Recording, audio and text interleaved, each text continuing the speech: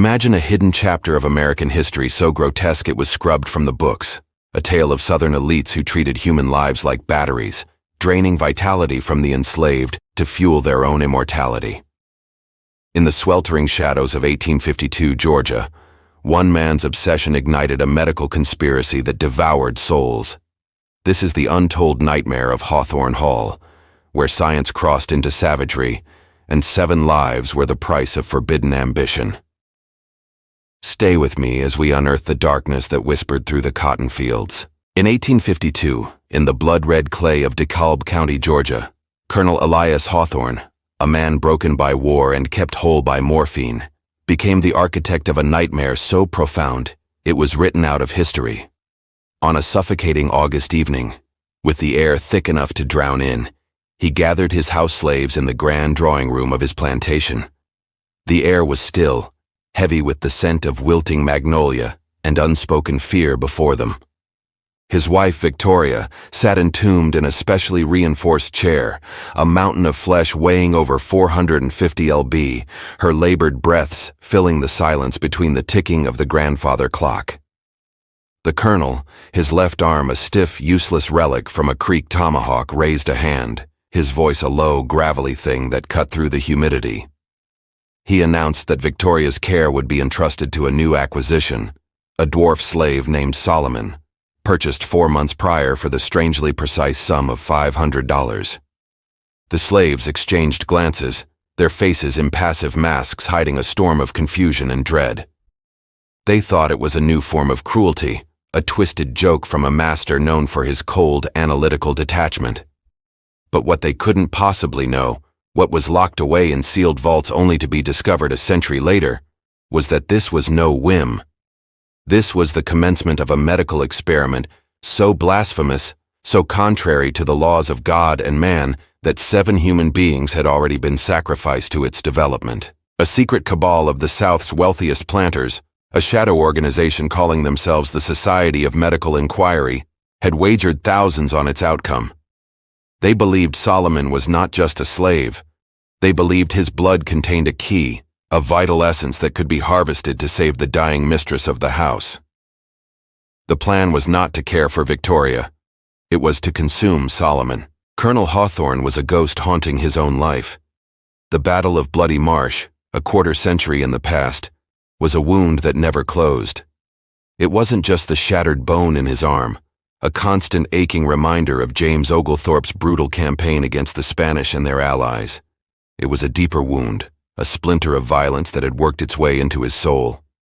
At 58, his gray eyes were perpetually narrowed, not with scrutiny but with a kind of predatory focus, as if the entire world were enemy territory to be surveyed, analyzed, and controlled. His morphine addiction, a poorly kept secret whispered about by local physicians, was his only solace, a hazy curtain drawn between himself and the relentless throb of memory and pain. The plantation, a sprawling 22,000-acre kingdom of cotton, wrested from the Georgia riverlands, had come to him through his wife. It was her inheritance, a prize he'd claimed after her father's suspiciously convenient death from apoplexy in 1848. He had renamed the manor, erasing its original name, Ridgewood, from everything but the deed itself, a detail that would later bleed significance. The house was a monument to his ambition, a 3-story Greek revival behemoth with white columns that seemed to stand in silent judgment of all who approached. Of its 23 rooms, most were kept sealed, their furniture draped in white sheets like a congregation of shrouded corpses. Only the first floor, the master's study, and the basement saw regular use. In that basement, it ran deeper than any root cellar had a right to, a place of absolute prohibition for all but 2 trusted slaves, men who carried its secrets behind dead eyes and sealed lips. They never spoke of what they saw down there, of the strange metallic smells or the sounds that were sometimes muffled by the thick stone walls. DeKalb County in the 1850s was a landscape of stark, brutal contrasts. It was a place where genteel manners and whispered pleasantries were the thin, cracked veneer over a foundation of absolute human subjugation. The county seat, Kennesaw, once Georgia's state capital, was a town haunted by lost prestige.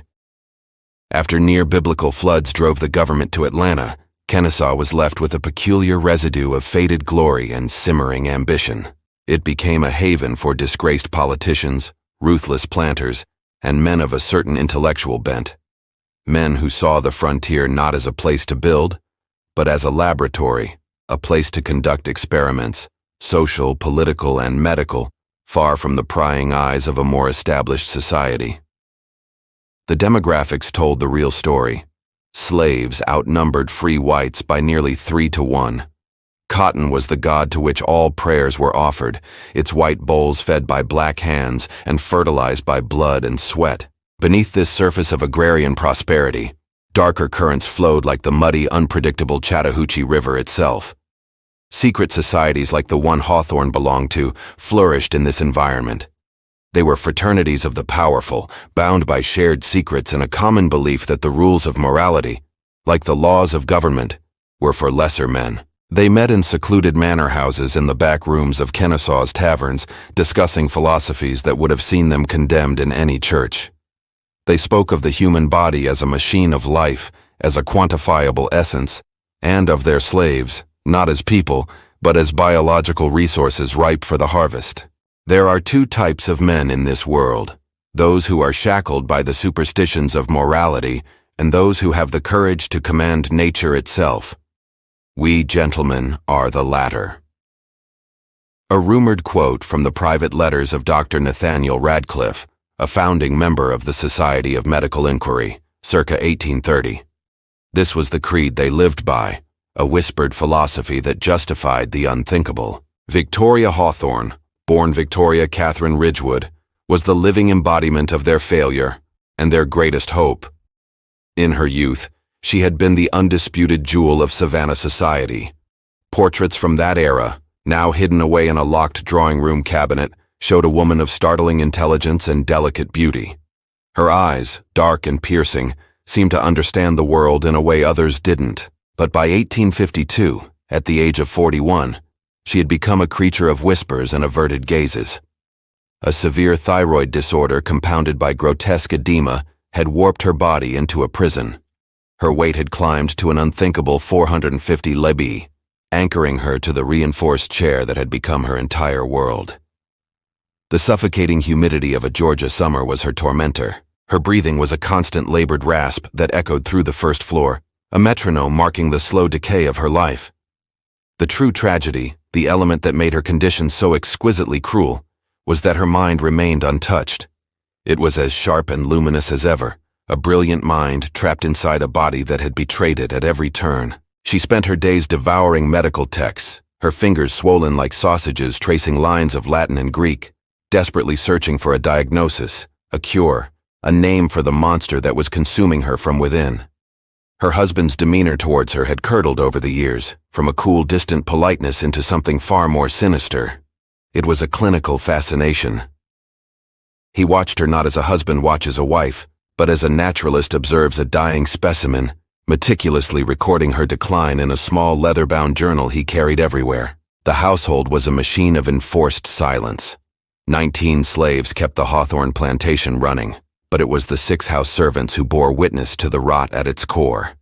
They moved through the grand rooms like ghosts, their faces carefully scrubbed of all emotion, their ears attuned to every whisper, every strained conversation, every sound that drifted up from the forbidden basement. There was Eliza, the head cook, a woman whose gnarled, scarred hands told the story of a lifetime of labor.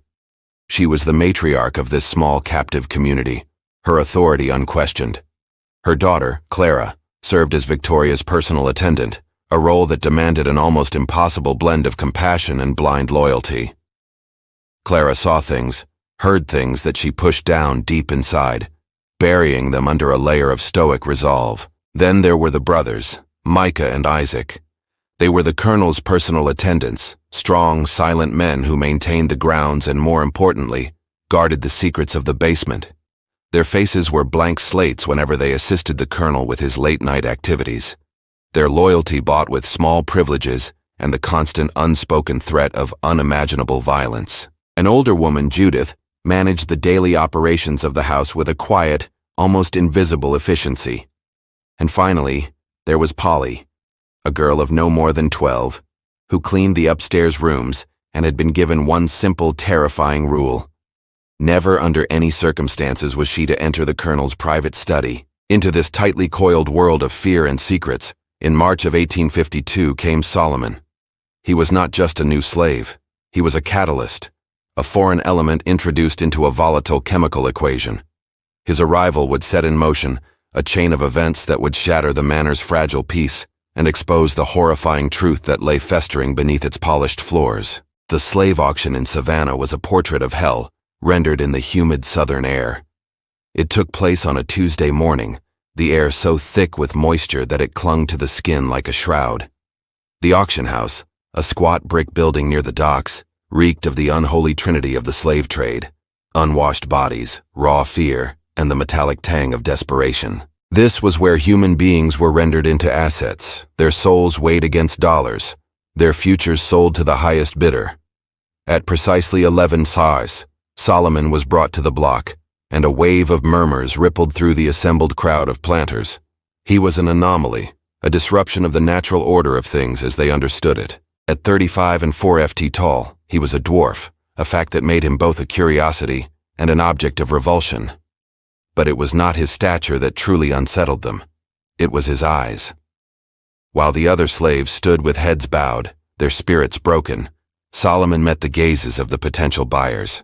His look was not one of defiance, but of unnerving analytical calm. It was the look of a man who was observing, calculating. His body, though small, was a knot of muscle, his arms powerfully built, hinting at a life of hard labor or something else entirely.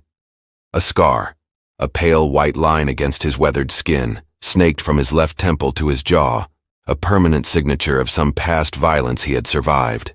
The auctioneer, a Florida man named Dempsey, seemed eager to be done with him. He could sense the crowd's unease. This creature was not simple cattle. He was something more, something complicated. "This here is Solomon," Dempsey bellowed, his voice straining for a confident tone it couldn't quite find. Brought up from the Creole auctions in New Orleans, his previous owner was a Dr. Beaumont of Louisiana, deceased under unfortunate circumstances. The phrase hung in the air, thick with insinuation. "Solomon is literate," he continued, and the murmurs in the crowd grew louder. "Speaks both French and English, has knowledge of medicinal plants and certain other specialized skills." A literate slave was a dangerous proposition. A slave with specialized skills was a liability that could unravel a plantation's brutal, delicate order. Several planters, men who had been eyeing the auction block with interest, now exchanged wary glances and stepped back, shaking their heads. They understood the coded language of the trade. They knew what those words could mean. But Colonel Elias Hawthorne, who had traveled over 100 miles specifically for this auction, stepped forward. His face was a mask of cold indifference. "What exactly?" he asked, his voice cutting through the noise. "Are these specialized skills, Mr. Dempsey?" The auctioneer leaned down, a conspiratorial gesture. The previous owner, the doctor, he used him for breeding purposes. Colonel claims he sired 19 children, all healthy, all valuable. Then he lowered his voice even further.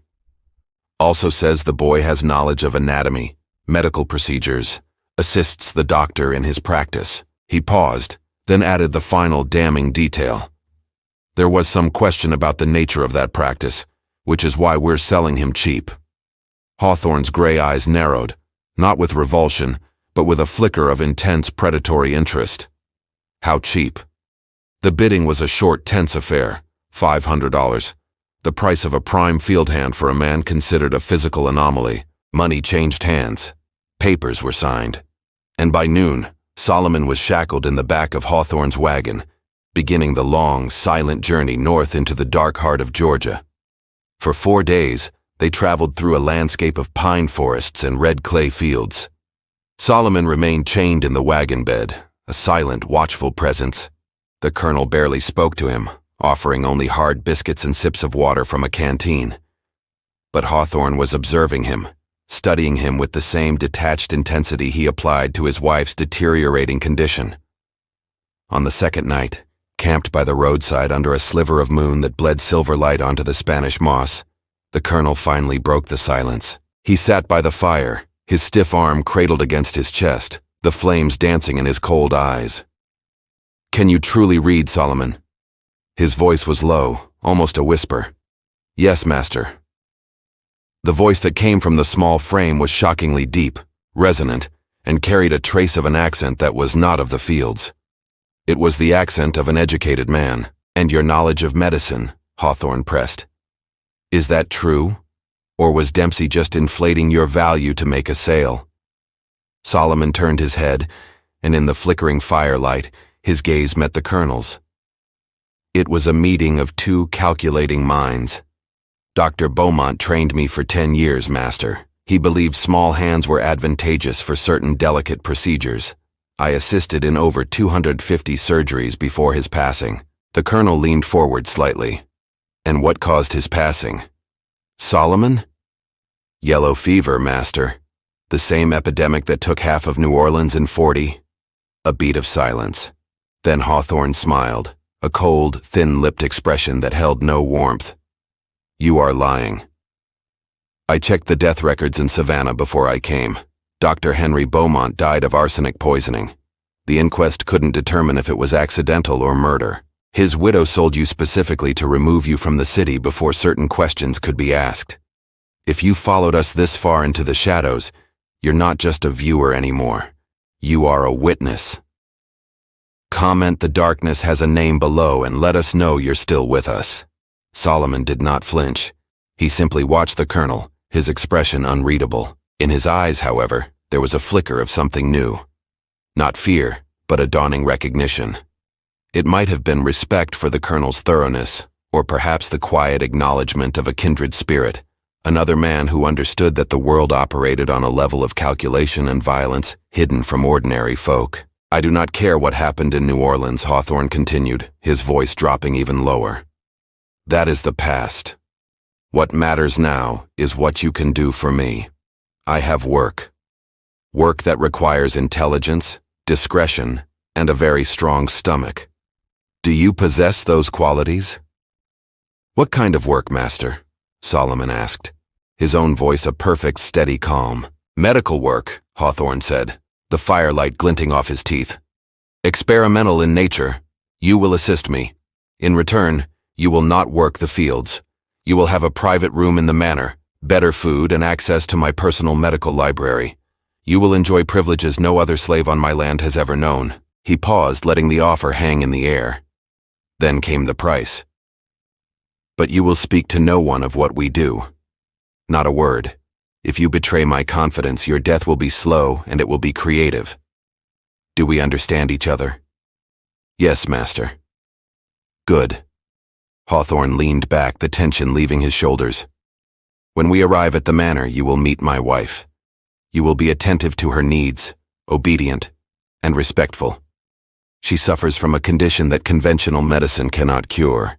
I intend to try unconventional methods." The promise was a threat, and the threat was a promise. Solomon was no longer just property. He had been elevated, or perhaps condemned, to the status of an instrument, a tool for a purpose so dark it could only be spoken of in whispers, by firelight, on a lonely road in the heart of a merciless land. They arrived at Hawthorne Hall on a Thursday afternoon, under a sky bruised with the threat of a storm. The air was electric, and the great white columns of the house seemed to sweat in the humidity. As the wagon rolled up the long oak-lined drive, the house slaves emerged from the main building and the outbuildings, their faces carefully neutral, their eyes taking in the strange new arrival. Solomon, now unchained but acutely aware of his new, more intricate prison, climbed down from the wagon. He knew that for a man of his appearance, escape into the surrounding wilderness was not an option. It was a death sentence. He was led directly into the drawing room, into the presence of Victoria Hawthorne. She sat in her throne-like chair near the window, the oppressive afternoon light illuminating her with a cruel, unforgiving clarity. The sheer scale of her was breathtaking. She wore a dress of deep green silk, specially made to accommodate her size, but even it could not conceal the reality of her condition. Yet her hair was arranged in an elaborate style, a small, defiant act of vanity in a body that had declared war on her. "So," she said, her voice a surprisingly musical counterpoint to her appearance. "This is the one." She studied Solomon not as a person, but as a component, an object her husband had procured. Her gaze held the same clinical detachment as the colonel's. "Come closer. Let me see you." Solomon obeyed, stepping into the pool of light. At his height, he was almost at eye level with her, even as she sat. She reached out a swollen hand and took his chin, her touch surprisingly firm. She turned his head from side to side, examining him like a horse trader checking an animal's teeth. "Elias says you have medical knowledge." "Yes, mistress, and breeding capabilities," she said, the words utterly devoid of emotion, a simple statement of fact. 19 children, I am told. All healthy, so I have been told, mistress. I never met most of them. They were sold shortly after birth. For the briefest of moments, something flickered across Victoria's face. It was an emotion too complex and fleeting to name. Pity, perhaps, or a shared sense of being trapped in a body used for purposes beyond one's control. "Of course they were," she murmured. "That is the nature of our peculiar institution, is it not? But we are not interested in children, Solomon. We have other goals." Just as Victoria released his chin, the colonel entered the room, his boots clicking with military precision on the polished hardwood floors. "That is enough for now, Victoria. Solomon needs to see his quarters and understand his duties before we begin to discuss theory." Victoria let out a short, bitter laugh that dissolved into a fit of coughing. The effort left her gasping for air. "Theory? Is that what we are calling it now, Elias? How delightfully academic." A muscle twitched in the colonel's jaw. He ignored her, turning his attention to the young slave girl Clara, who'd been standing silently by the door. "Clara, show Solomon to the small room off the kitchen. He will take his meals with the house staff. He will attend me in my study each morning at 6 wound sharp." He then fixed his gaze on Solomon.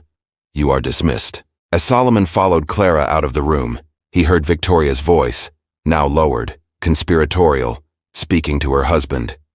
"He is perfect, Elias. He is exactly what the Society's research requires. When do we begin?" And the colonel's reply, cold and final, drifted after him down the hall. "Soon, my dear, very soon." The room he was given was a converted pantry, a space barely large enough for a narrow cot and a small rickety table, but it contained two things of immense value: a window that looked out onto the kitchen garden, and a lock on the inside of the door. It was a luxury no field hand would ever know, a small pocket of privacy in a world built on total surveillance. More importantly, it was located near the heavy oak door that led to the basement. In the nights that followed, as Solomon lay awake in the oppressive darkness, he would listen. He would listen to the sounds that rose from below, the scrape of heavy furniture, the clink of glass, muffled voices in intense discussion, and sometimes a sound that could have been a woman weeping, or could have been something else entirely. A sound of pain so profound, it had lost all human quality. His duties began with a deceptive simplicity. Each morning at the stroke of 6, he would present himself at the colonel's study. The room was a fortress of knowledge, its walls lined with bookshelves groaning under the weight of volumes on medicine, anatomy, chemistry, and natural philosophy. But interspersed among them were darker texts, books on alchemy, on ancient Egyptian funerary rites, on the esoteric philosophies of European secret societies. Hawthorne would dictate his notes, and Solomon, with his clear, steady hand, would transcribe them. They were observations of Victoria's condition, recorded with a chilling lack of emotion. Her weight measured on a massive scale designed for weighing cotton bales, her caloric intake monitored down to the last crumb, the rhythm of her breathing, the precise circumference of her swollen ankles, the quality of her sleep, or lack thereof. But Solomon soon became aware of another set of notebooks, older ones bound in dark-stained leather, that the colonel would consult but never allow Solomon to touch. The stains on their covers looked disconcertingly like dried blood, and the few glimpses Solomon managed to catch of their pages revealed anatomical drawings of a terrifying precision, sketches that could only have been made from direct, repeated, and violent observation. One morning the colonel caught him staring. "You are wondering about my methods, Solomon," he said, his voice calm, almost professorial. "That is natural. Curiosity is the mark of an intelligent mind. But you must understand medicine as it is practiced today is nothing more than sophisticated barbarism. Leeches and laudanum prayer and ignorance. He pulled down one of the older yellowed volumes. Its spine cracked. The human body is a machine, a complex biological engine, but an engine nonetheless. And any engine can be repaired, refueled, even rebuilt if one only understands its mechanics. The ancients knew this. The Egyptians who mapped the organs while preparing their dead for the afterlife.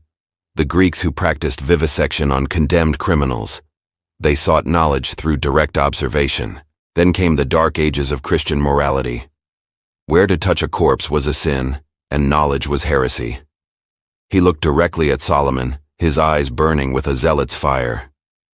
The body's vitality, its life force, is not a gift from God, Solomon. It is a biological commodity. And like any commodity, it can be transferred. Imagine for a moment descending into that basement. The air grows cold, thick with the smell of damp earth, ozone, and something metallic like old blood. The stone walls are lined not with shelves for preserves, but with iron rings and chains. In the center of the room, under the stark, unforgiving light of a single oil lamp, is not a workbench, but a table. A table made of heavy oak, stained dark with substances you dare not name, and fitted with thick leather restraints. This is not a cellar, it is a laboratory. It is an altar, and the sacrifices performed here are human. The colonel continued his lecture, his voice resonating with the conviction of a man who believes he is on the cusp of changing the world. He spoke of a mentor he had in Augusta, a Dr. Nathaniel Radcliffe, a brilliant disgraced physician, and the father of a man who would soon visit the manor. Dr. Radcliffe taught me that the boundaries we erect between life and death, between health and sickness, are artificial. They are illusions created by fear and ignorance. He taught me that vitality, the very spark of life, is not bound to a single vessel. With the right techniques, the right understanding of chemistry and biology, it can be drawn from one body and infused into another. Solomon kept his face a perfect impassive mask, but his mind was racing, connecting the dots, seeing the horrifying shape of the puzzle begin to form. "Transfer vitality, master?" he asked, his voice carefully neutral. The colonel smiled. "Have you never wondered, Solomon, why some men thrive into old age while others wither and die in their youth? Why one bloodline is cursed with sickness, while another is blessed with vigor? It is not the will of a capricious God. It is biology, and biology can be manipulated. It can be controlled." Over the next few weeks, the true and terrible nature of Solomon's duties became clear. It was not enough for him to transcribe notes. He was to assist. He was to participate. The colonel finally took him down into the basement, and the reality was far worse than anything he could have imagined. The laboratory was a cathedral of blasphemy. It had been constructed during the manor's renovation in 1848, a secret project hidden within a legitimate one. The room was vast, shockingly well lit by a series of strategically placed oil lamps that cast long dancing shadows. The level of medical sophistication was astounding, far beyond that of any rural physician. There were cabinets filled with gleaming surgical instruments, glass jars containing organs and other specimens preserved in alcohol, and an entire wall covered with exquisitely detailed anatomical charts that depicted the human body with an almost pornographic intimacy. But it was the other equipment that truly bespoke the room's purpose. Strange Baroque contraptions of brass, copper, and wood. Devices for bloodletting that could drain a body with scientific precision. Complex systems of pumps, tubes, and glass reservoirs that suggested not simple transfusion, but something far more invasive. Something that involved processing and altering the very substance of life. "We begin with simple observation," the colonel explained, his voice echoing slightly off the stone walls. He seemed more at home here in this subterranean chamber of horrors than he did in the sunlit rooms above. "We must establish a baseline. We need precise measurements for both subjects before we can attempt any transfer." Solomon's blood ran cold. "Both subjects, master." The colonel turned to him, and for the first time, Solomon saw the full extent of the madness in the man's eyes. It was a cold, rational madness, which made it all the more terrifying. "You did not think this was only about my wife, did you? No, Solomon. This is about proving a theory that could change the very course of human history. If vitality can be transferred, if the life force, what some call the humors, others the vital spirit, if that energy can be moved from one vessel to another, then we must have a donor and a recipient. Victoria, my dear wife, will be the recipient." He placed a hand on Solomon's shoulder, his grip surprisingly strong. "And you, my intelligent, resilient friend, you are the donor." The silence in the room was absolute, broken only by the faint, rhythmic dripping of water somewhere in the darkness. The implication of the colonel's words settled over Solomon like a funeral shroud. He kept his voice perfectly steady, a feat of incredible self-control. "You mean to kill me, master?" The colonel actually laughed, a dry, rasping sound. "Kill you? Good heavens, no. That would be a terrible waste of a valuable asset. The process, if Dr. Radcliffe's theories are correct, should not be fatal to either party. Not if it's done correctly. Vitality can be shared. You see, it can be transferred in measured amounts, much like a physician might bleed a patient. You will be weakened, certainly terribly weakened, but you will recover, and then the process can be repeated." He began to pace, his excitement growing, his words coming faster. "Think of it as a donation, Solomon. But instead of donating mere blood, you will be donating something far more fundamental. Something essential." He stopped and looked Solomon directly in the eye. "And if it does not work, if the initial calculations are incorrect," he shrugged, a gesture of casual indifference that was more chilling than any threat, "then we will have learned something invaluable. We will adjust the methodology, modify the variables, and we will try again. Science, you must understand, is built upon a foundation of failure. Every unsuccessful attempt, every casualty simply brings us closer to ultimate success." What Hawthorne left unsaid, but what Solomon understood with the cold, hard certainty of a man who had survived monsters before, was what modifications truly meant. It meant testing on other subjects, and suddenly, a question that had been lurking in the back of his mind since the auction in Savannah took on a terrible new significance. What had really happened to the 7 other dwarfs whose sales had been recorded across the Deep South over the past 5 years? But who had then vanished from all records as if they had never existed at all? That night, locked in his small, suffocating room, Solomon made a decision. It was not a decision born of hope, but of cold, hard necessity. Escape was a fantasy. Resistance was suicide. His only path to survival lay in deception. He would play the part they had assigned him. He would be the intelligent, curious assistant, the willing, if apprehensive subject. He would learn everything he could about Hawthorne's experiments, about the secret society that funded them, about the network of powerful men who believed they had the right to play God. He had survived Dr. Beaumont's practice in New Orleans, hadn't he? He had endured 10 years of unspeakable things in that man's laboratory, and he had survived long enough to ensure the good doctor died choking on his own vomit after Solomon had carefully, patiently laced his evening cognac with a precise combination of arsenic and toxins derived from the very plants Beaumont had taught him to identify. He would survive this monster too. But as he lay in the darkness, listening to the familiar sounds of footsteps descending the stone stairs to the basement, listening to Victoria's labored breathing as she was helped down by Micah and Isaac, Solomon felt a profound sense of dread. He wondered how many others and how many other grand houses across the South had lain in similar rooms, making similar plans.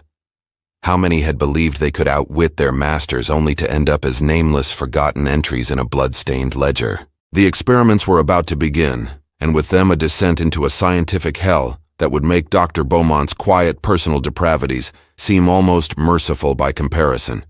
He was no longer just a slave. He was a resource, a battery of life to be drained, recharged, and drained again until there was nothing left. 3 weeks after Solomon's arrival, the devil came to visit. He arrived in a fine black carriage drawn by 2 perfectly matched black horses on a Wednesday morning when the air was sweet with the scent of magnolia. Dr. Cornelius Radcliffe was a man carved from ice and ambition. At 57 he was tall and unnervingly thin, with a neatly trimmed white beard and eyes of such a pale, washed-out blue that they seemed to absorb the light around them. He moved with the effortless authority of a man who had never in his life been told no. The household slaves instinctively lowered their gazes as he passed, as if looking at him for too long might invite some terrible curse. From the kitchen window, where he was helping Eliza prepare the noon meal, Solomon watched as Micah and Isaac unloaded heavy wooden cases from the carriage. The cases were unmarked, bound in iron, and required both men to lift them. They were carried not into the house but directly to the path that led to the basement's hidden outer entrance. "That is the devil himself," Eliza whispered, her hands never ceasing their rhythmic chopping of vegetables. Her voice was low, filled with a dread that was old and deep. "He's been coming here since before Miss Victoria took sick. Some say he's the one who made her sick with his potions and his powders." "Why would he do that?" Solomon asked, keeping his tone carefully casual, his eyes fixed on the last of the crates disappearing from view. Eliza risked a glance toward the kitchen door, ensuring they were alone. "For his experiments," she hissed. "That's what folks whisper. She wasn't always this way, you know. She got sick right after the colonel came back from his time in Augusta, after he spent 3 months studying with that man's father. He came back different, full of ideas, full of ambition, and he brought equipment with him." She paused, her knife stilling for a moment. Miss Victoria, she went along with it.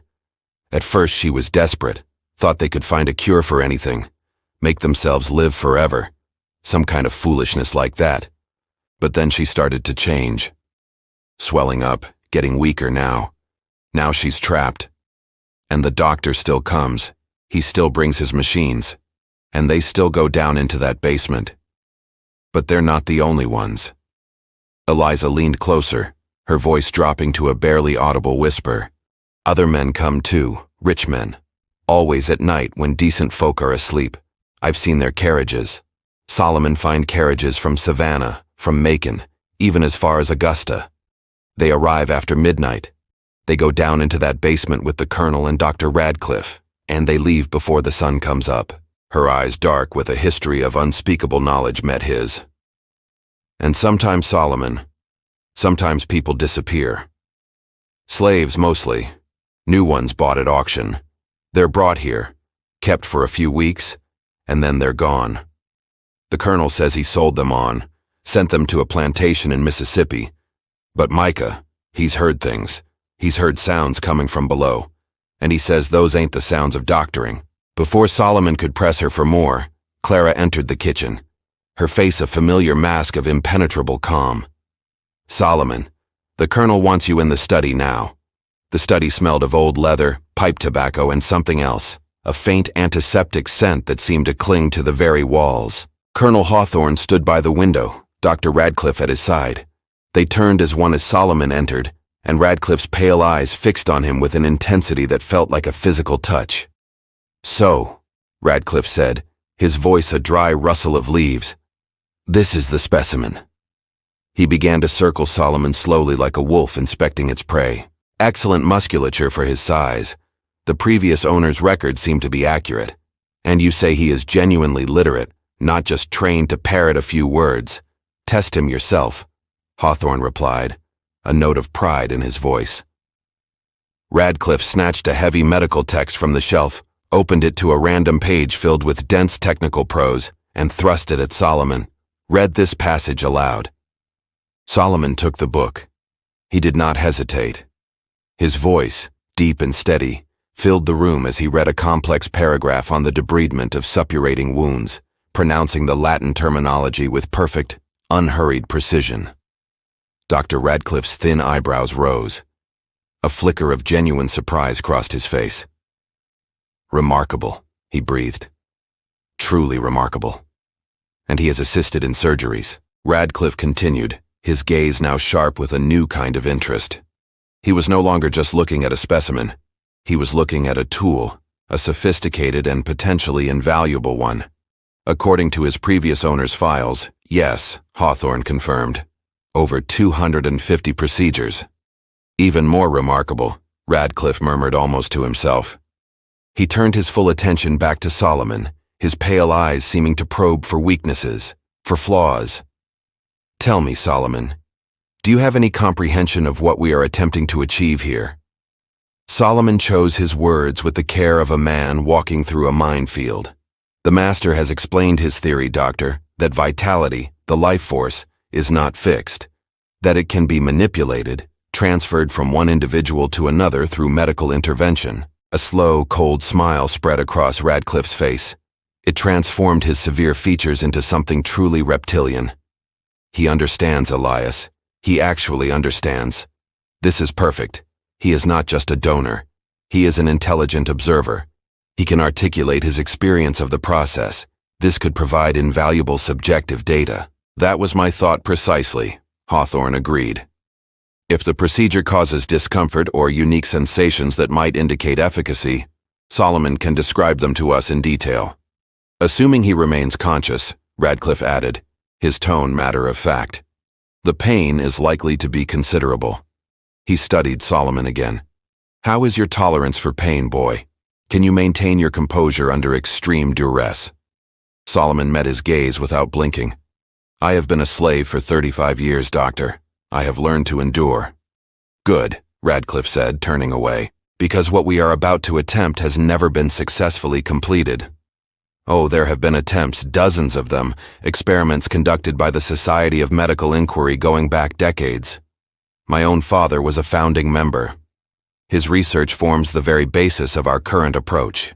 But the technique requires a level of precision, of timing, and a willingness to push beyond the boundaries that squeamish men call ethics." Radcliffe walked to the colonel's heavy oak desk and unrolled a large, detailed anatomical chart. It was covered in handwritten notes, diagrams, and complex equations. Despite himself, Solomon felt a morbid curiosity and stepped closer to see. The chart depicted two human figures, one labeled donor and the other recipient. They were connected by an intricate web of lines representing tubes and needles. The notes written in a meticulous spidery hand described a procedure that was a horrific fusion of science and alchemy. It combined advanced bloodletting and transfusion techniques with something far more esoteric, something involving humoral balance, vital essence transfer, and lunar phase correspondences. It was the work of a brilliant mind utterly untethered from any moral compass. "We begin with phlebotomy," Radcliffe explained, his long, slender finger tracing a line on the diagram. "But not the barbaric leeching practiced by common physicians. This is precise measured. We calculate the exact quantities based on body weight, age, and humoral composition. We drain blood from the donor here and here." He pointed to marked locations on the diagrams, arms and legs. "Simultaneously, we administer a tonic to the recipient, a preparation of my own design. It contains mercury, belladonna, and certain herbs known only to the indigenous peoples of the Amazon. This tonic. It opens what I call the vital channels, making the recipient's body receptive to the infusion of new vitality." He paused, his pale eyes glowing with fanaticism. "Then comes the transfer itself. Using a graduated transfusion apparatus, we introduce the donor's blood into the recipient's system. But it is not merely blood we are transferring. The timing of the procedure combined with the effects of the tonic allows us to transfer something more essential. Call it life force, call it élan vital. The name is irrelevant. The ancients understood that some people, the young, the strong, the resilient, possess a more concentrated form of this energy, and they understood that this energy can be harvested. A historical rumor whispered in the medical colleges of Augusta in the 1840s spoke of Dr. Nathaniel Radcliffe, Cornelius's father. It was said that he did not just dissect cadavers, but that he kept living subjects, runaway slaves, vagrants in a private facility. He called it his ward of observation, and it was said that he studied the precise moment life departed the body, believing he could isolate and capture the energy that was released. Solomon's voice was a dead flat calm. "And the donor survives this process?" "In theory, yes," Radcliffe replied dismissively, "though I will not lie to you, boy. The previous 7 attempts have yielded mixed results." He began to tick them off on his fingers with a chilling nonchalance. 3 subjects expired during the procedure itself. Cardiac failure brought on by excessive blood loss. a simple miscalculation of volume. 2 survived the initial transfer, but were left in a severely weakened vegetative state, rendering them useless for further experimentation. They had to be disposed of. 1 developed a violent fever and died 3 days later, his body rejecting the procedure. And 1, he paused, a flicker of genuine scientific curiosity in his eyes. 1 was the most interesting case. He seemed to survive relatively intact, but he developed a peculiar madness. He claimed he could feel pieces of himself living inside the recipient. He became violent. He too had to be put down before he could compromise the secrecy of the project. A dry, humorless smile touched his lips, an 8-to-1 chance of failure with death being the most likely outcome. Solomon said, his voice laced with a subtle, dangerous irony. Both men shot him a sharp look, but Radcliffe merely chuckled. He has spirit, Elias. I like that. Spirit indicates strong vitality. He will make an excellent donor. Then his tone grew serious again. But we must be cautious. The society has invested a considerable fortune in this research. They are growing impatient. They expect results. A success here, a genuine, verifiable success, could lead to breakthroughs that would transform human society. Imagine a world where our nation's greatest leaders, our senators and industrialists, need not fear the ravages of age or disease. Imagine them, their wisdom and experience preserved, their lives extended by decades, drawing renewal from controlled transfers. The implications for the stability and advancement of our civilization are staggering. When do you wish to proceed? Hawthorne asked, his voice tight with anticipation. Radcliffe walked to the window and stared out at the oppressive afternoon light. The full moon is in 7 days, according to my father's humoral charts. That provides the most optimal conditions for this kind of transfer. The body's vital energies are at their most fluid. We will need the recipient and the donor prepared, and we will need absolute privacy. No one, not even your most trusted house slaves, can witness the procedure itself. Can you ensure total discretion? Micah and Isaac are loyal, Hawthorne affirmed. They will guard the doors. No one will interrupt. And your wife? Is she mentally prepared for the ordeal? Victoria understands what we are attempting. She is eager to begin. Radcliffe nodded slowly, his mind clearly working through the final checklist of his grotesque preparations. Then it is settled. We proceed in 7 days. I will return the day before with the final components for the tonic and the purification apparatus. In the meantime, Elias, he turned, his pale eyes fixing on Solomon once more. Keep the donor well fed, give him meat and wine. We need him at his absolute peak of vitality for the transfer to have maximum effect. Any weakness, any illness in him could compromise the entire experiment. As Solomon was dismissed, as he walked from the chilling confines of the study back into the mundane world of the household, his mind was a whirlwind. 7 days. He had 7 days. 7 days to decide between 2 impossible choices. Attempt an escape, knowing that a dwarf slave running through the backwoods of Georgia would be hunted down like an animal within hours, or submit to a procedure that had already killed 7 men. But then a third option began to form in the dark corners of his mind. An option born from the brutal lessons Dr. Beaumont had taught him. If you cannot escape and you cannot refuse, then you must find a way to manipulate the experiment itself. You watch, you learn. You wait for the precise moment when your captor's arrogance and ambition make them careless. And then, you strike. You become the poison in their system. That night, Solomon began his own preparations. His small room offered little in the way of resources, but a survivor learns to make use of what he has. There was a small, sharp knife used for peeling vegetables that he had carefully palmed from the kitchen. There was a small bottle of laudanum taken from the colonel's study weeks ago when his master's attention was consumed by his ledgers.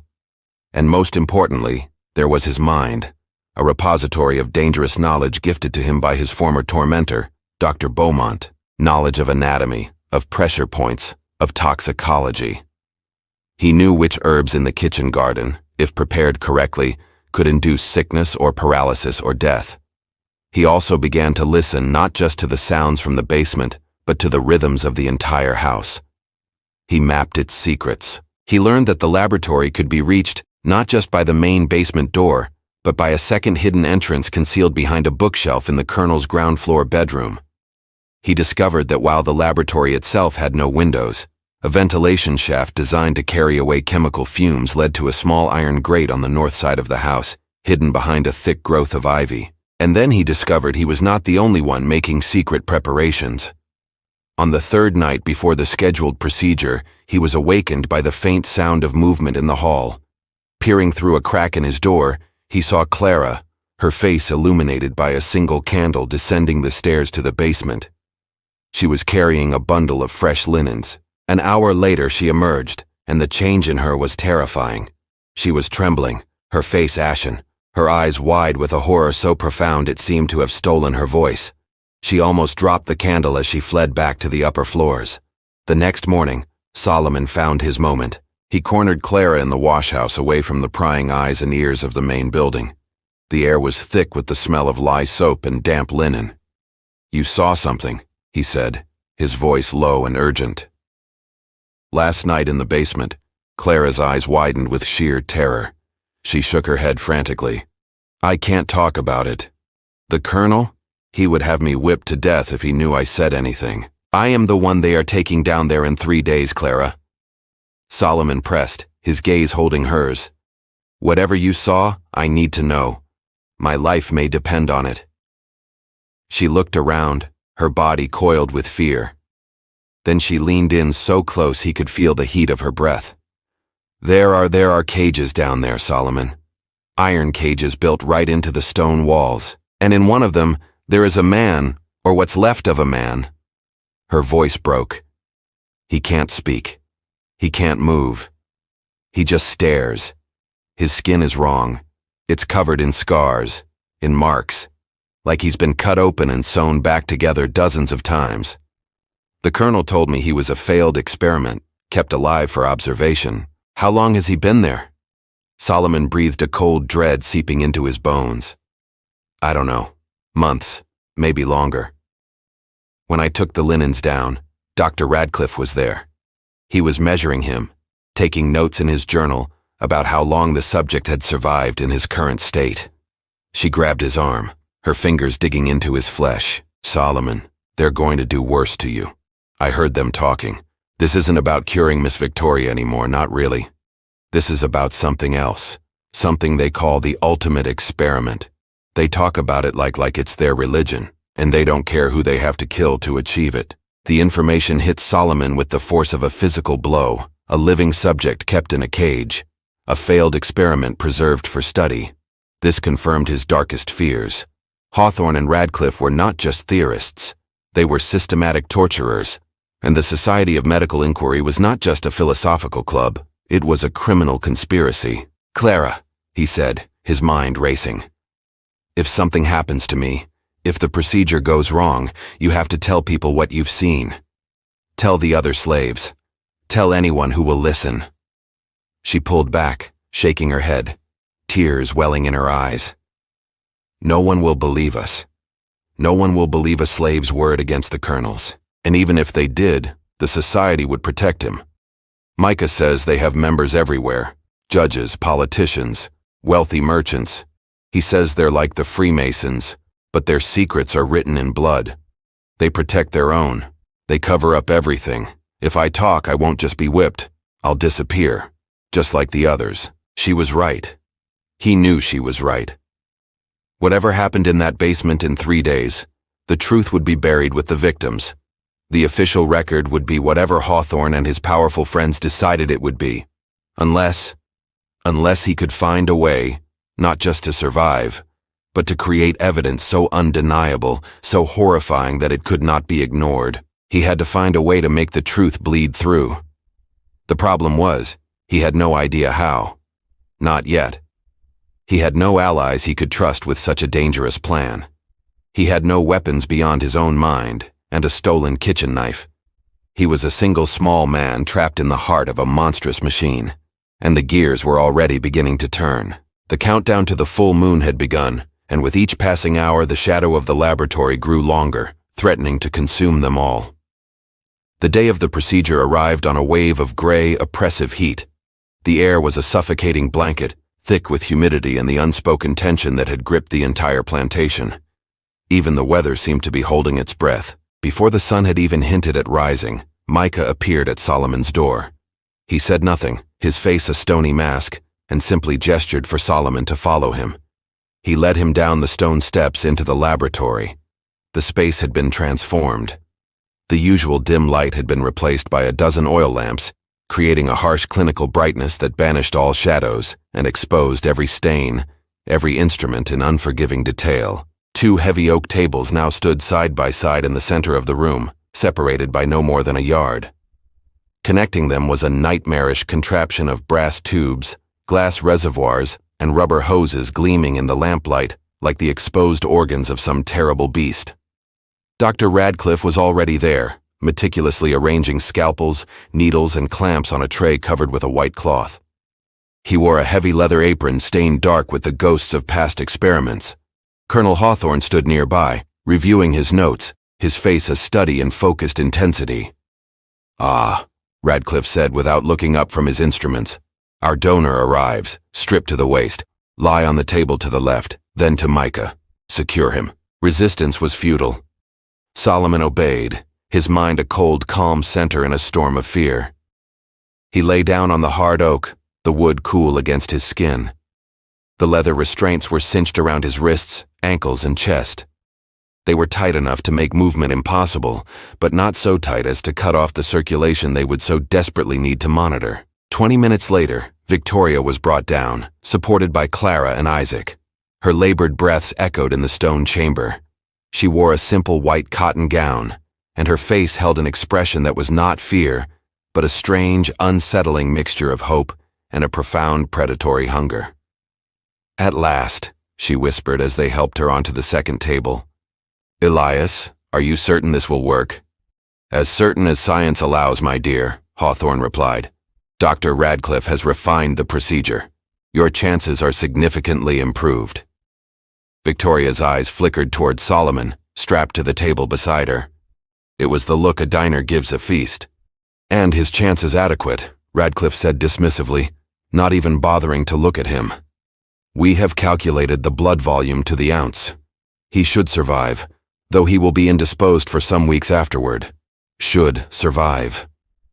The casual brutality of the phrase was like a physical blow. Solomon closed his eyes and focused on his breathing, conserving his energy, waiting. Radcliffe began his work with the detached precision of a master craftsman.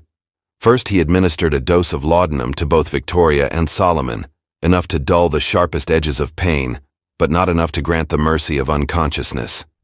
Solomon felt the familiar deceptive warmth spread through his limbs, a slight hazy detachment from the horror that was about to unfold. Radcliffe then began taking baseline measurements: heart rate, respiration, body temperature.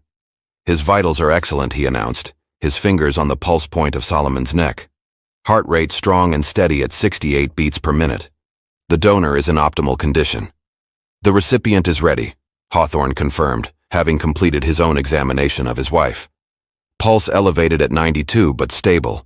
"Then we begin," Radcliffe declared. He gestured to the 2 slaves who had helped bring Victoria down.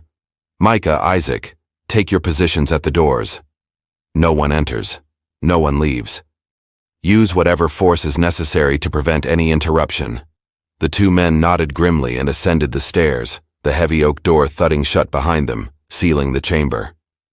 Clara was dismissed as well, her eyes filled with a desperate, helpless pity as she glanced back at Solomon one last time. Now there were only the 4 of them. Radcliffe unlocked one of his heavy wooden cases, revealing rows of glass vials filled with liquids of iridescent, unnatural colors.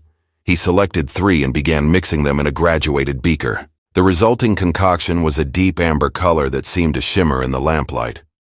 The tonic, he said more to himself than to anyone else. A precise suspension of mercury and belladonna combined with a tincture derived from a plant the Cherokee call ghostweed. It opens the boundary between the physical body and the vital spirit. He carried the beaker to Victoria's table and held it to her lips. "Drink it all quickly now." She drank without hesitation, a grimace flashing across her face at the taste. Within seconds, a dramatic change came over her. Her pupils dilated, her breathing became rapid and shallow, and a faint sheen of sweat appeared on her brow. "Excellent," Radcliffe murmured, checking his pocket watch. "The vital channels are opening now. We prepare the donor." He moved to Solomon's table, selecting a gleaming silver scalpel from his tray. The instrument seemed to drink the lamplight. "I'm going to make 4 incisions," he stated, his voice devoid of any emotion. "One in each limb, placed directly over a major blood vessel. The cuts will be deep enough to ensure significant blood flow, but controlled enough to prevent rapid exsanguination. You will feel pain despite the laudanum. Do you understand me?" "Yes," Solomon managed to say, his mouth suddenly dry as dust. "Good," Radcliffe said. "Try not to struggle. It will only complicate the procedure." The first cut in the crook of Solomon's left arm was a line of pure fire.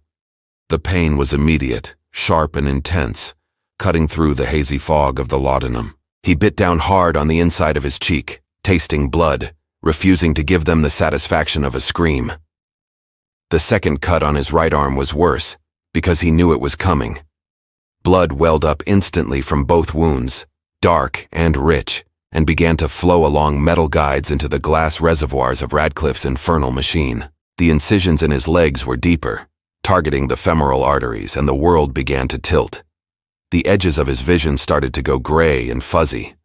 The sounds in the laboratory became distant and distorted, as if he were hearing them from the bottom of a well. "Heart rate is dropping," Hawthorne reported, his fingers pressed against Solomon's wrist.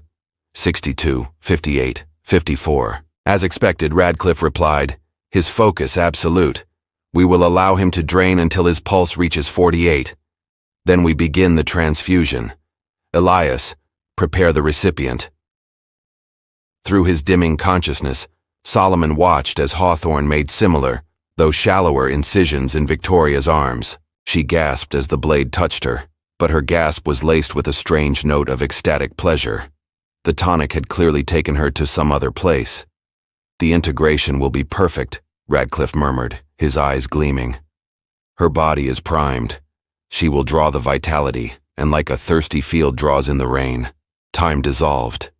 Solomon felt his life literally draining away, a cold weakness spreading from his limbs to the core of his being. The glass reservoirs filled with his blood, and then he heard Hawthorne's voice, sharp and urgent. 48 beats per minute.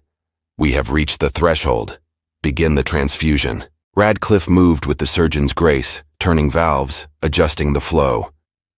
Solomon's blood, his very life force, began its journey through the brass tubes toward Victoria's waiting body, but it wasn't a direct transfusion. The blood was diverted through a series of glass chambers containing swirling chemical substances that Solomon couldn't identify. He watched in horror as his dark red blood was transformed, becoming lighter, almost luminous, as it passed through the purification process. "The process removes the donor's individual essence," Radcliffe explained, narrating his work with academic pride. "What remains is pure untainted vitality. This prevents the recipient's body from rejecting the infusion as foreign material." A low moan escaped Victoria's lips as the treated blood entered her veins. Her back arched violently against her restraints. Her breathing accelerated into ragged, frantic gasps. Sweat poured down her face. "Her heart rate, Elias," Radcliffe commanded. 112 rising to 120. 128. "Perfect," Radcliffe exclaimed, his face flushed with triumph. "The integration is happening. Her body recognizes the vitality. It's pulling it in. Continue the flow. We need to transfer at least 3 pints for a measurable lasting effect." Solomon could only watch, a helpless observer at his own execution. The laboratory was spinning now. He was aware of a sound, a slow, heavy, rhythmic thudding. It was his own heart, laboring, weakening with each beat. 35 beats per minute, he heard Hawthorne say. 30, doctor. His lips are turning blue. We're approaching the critical threshold. Just a little more, Radcliffe hissed, his eyes fixated on the volume markings on the glass reservoir. We are so close, Elias. Another half a pint. We need another half a pint for the procedure to be considered a complete success. He's dying. Then he dies for the advancement of science. 30 more seconds. That is all I ask. But Hawthorne, seeing his wife's miraculous recovery within his grasp, was not willing to lose his donor. He lunged for the apparatus, his hands fumbling with the valves. "No, this is enough. We stop now, or we lose him entirely. We need him for future procedures." Radcliffe's face twisted in frustration, but he relented. The flow was stopped. The tubes were disconnected. Solomon felt the rough application of bandages, the pressure on his wounds. Someone was forcing a sweet, thick liquid between his lips. "His heart rate is stabilizing," Hawthorne announced, his voice filled with relief. 42 beats 4650. He is going to survive." "Then we wait," Radcliffe said, his interest in Solomon having evaporated completely. His entire being was now focused on Victoria. "Now we observe. Now we document." Victoria lay on her table, her eyes closed, her breathing gradually slowing from its manic pace. A visible change was already taking place. The waxy pallid color of her skin was being replaced by a healthy pinkish hue. Her chest rose and fell with a rhythm that was deeper, more regular, less of a struggle. "Elias," she whispered, her voice stronger than Solomon had ever heard it. "I feel something. It is like warmth spreading through my entire body like a spring thaw. I feel stronger. I feel alive." Radcliffe was a whirlwind of activity, leaning over her, checking her pupils, taking her pulse, scribbling furious notes in his journal. "Remarkable," he breathed. "Her pulse is stabilizing at a healthy 86. Respiration is deep and even. The integration appears to be a complete success."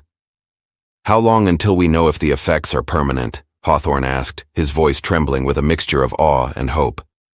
"Hours at least, more likely days. We must observe her constantly."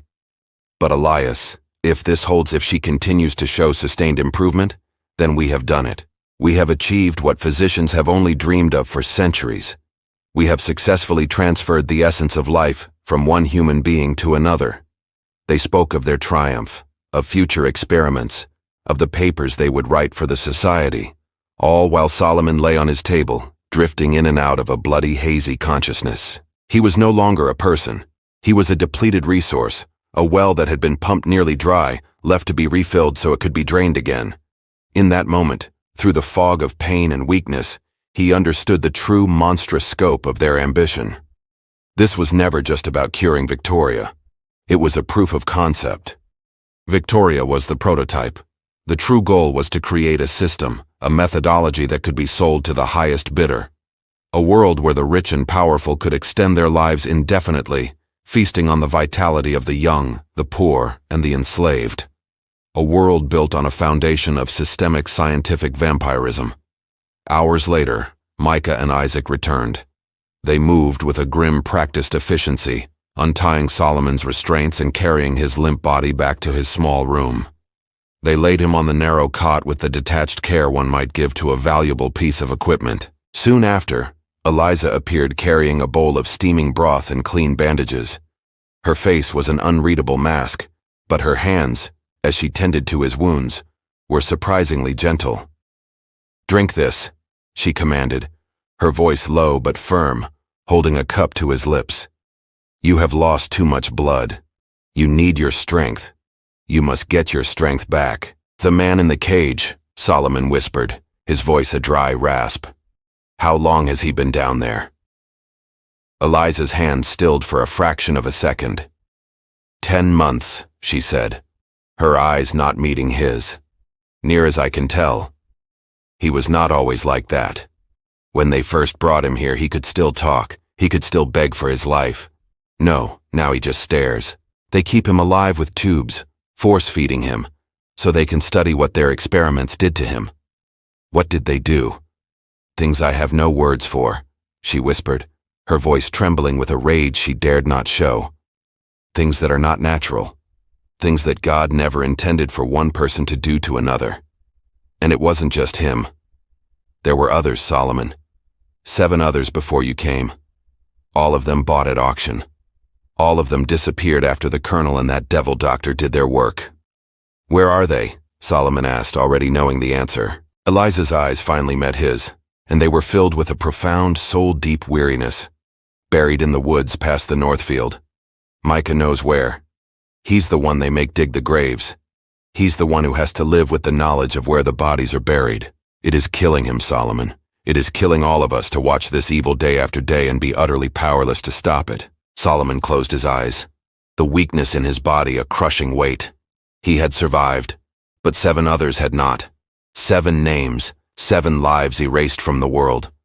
Their only memorial, a patch of disturbed earth in a dark wood. Their deaths demanded justice. Their suffering demanded a voice. And in the depths of his pain and exhaustion, a new resolve began to harden within him. He would not just survive.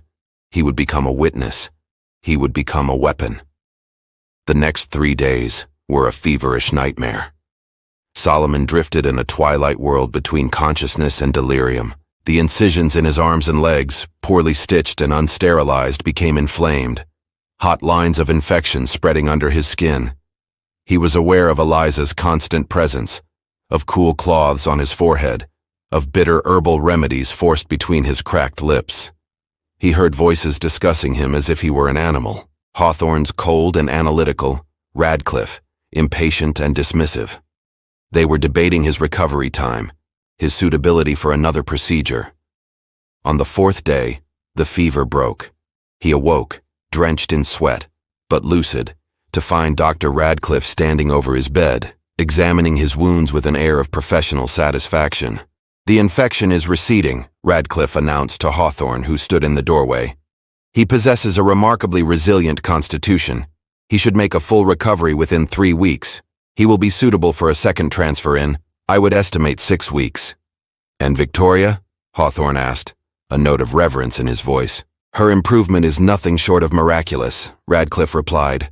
"Her breathing is now normal, even in this humidity. The edema in her extremities has reduced by nearly 40%. She has lost 15 lbs of fluid weight. Yesterday, she climbed the stairs to the 2nd floor, unaided, something she has not been able to do in over a year. Then the experiment. It was a complete success." "A preliminary success, Elias," Radcliffe corrected him. "We must have additional transfers to determine the optimal frequency and volume. We must replicate the results. But yes, the fundamental theory has been proven correct." They left, their voices echoing down the hall as they discussed their future triumphs.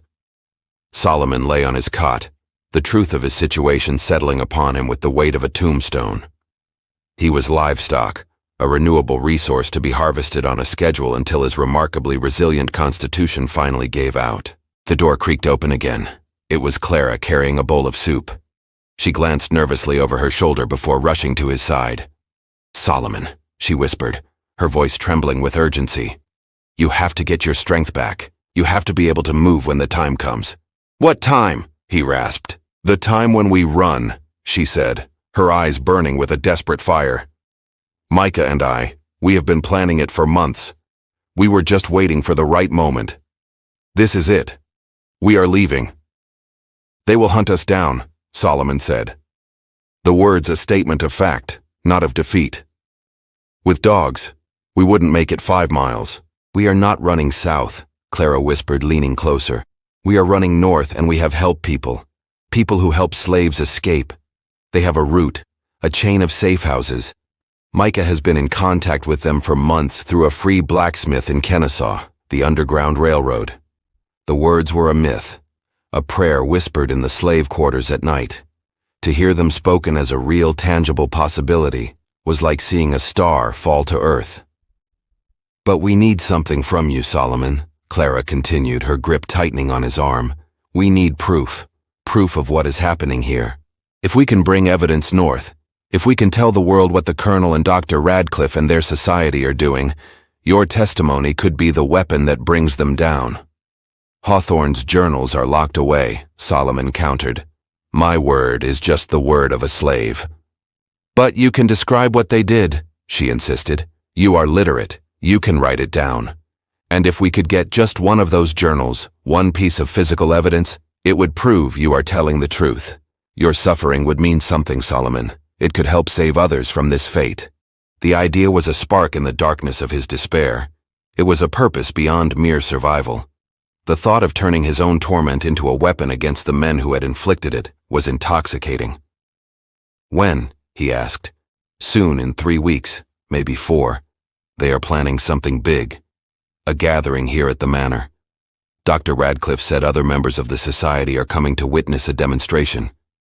Her face went pale. Micah heard them talking in the study. They are bringing another one. Solomon, another slave like you, bought at an auction in Macon. They are going to perform the procedure again, but this time in front of an audience of their peers, and they plan to use you and this new slave together, a dual transfer, taking blood from 2 donors at once. The room seemed to contract around him. 2 donors, double the trauma, double the risk. If the first procedure had taken him to the very edge of death, a second one of this magnitude would surely push him over. He looked at Clara at the desperate hope in her eyes and made his choice. 3 weeks, he said. I will be ready. But we need more than testimony, Clara. We need something they cannot deny, something they cannot dismiss as abolitionist lies. What could be better than the journals? The man in the cage, Solomon said, his voice a low, hard whisper. If we could free him, if we could bring him north with us, a living, breathing man mutilated by their experiments, that would be proof that no one in the world could deny. The 3 weeks leading up to the society's gathering were a blur of clandestine activity and agonizing recovery. By day, Solomon forced himself to eat, to walk, to rebuild his strength, all under the watchful clinical eye of Colonel Hawthorne. By night, he met with Micah in the stables, the 2 of them whispering plans in the darkness, surrounded by the warm, earthy smell of hay and horses. The new slave, a young dwarf named Aaron, had arrived. He was kept isolated on the 3rd floor, a lamb being fattened for the slaughter. Solomon caught one glimpse of him, a boy with terrified eyes who flinched at every sound. The sight hardened Solomon's resolve into something unbreakable. On the Thursday evening before the gathering, his opportunity came. The colonel, distracted by preparations for his guests, sent Solomon to the study to fetch a specific medical text. For the first time in weeks, the room was empty. Moving with a speed born of desperation, Solomon went straight to the shelf of leather-bound journals. He selected one at random from the year 1848. He flipped it open. The contents were a clinical, methodical descent into hell. Page after page of Hawthorne's neat, precise handwriting, documented experiments performed on slaves whose names were replaced with numbers. Subject 7, male approx 20 prime field hand, displayed significant resistance to induced hypothermia, surviving for 4 hours at a core body temperature of 85 degrees F before cardiac arrest. Subject 12, female approx 16, underwent experimental organ removal without anesthetic to study shock response.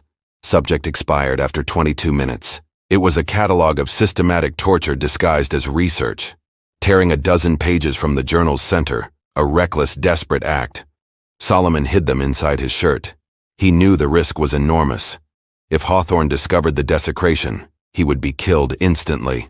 But this was the proof Clara had spoken of. This was the voice of the dead written in the hand of their murderer.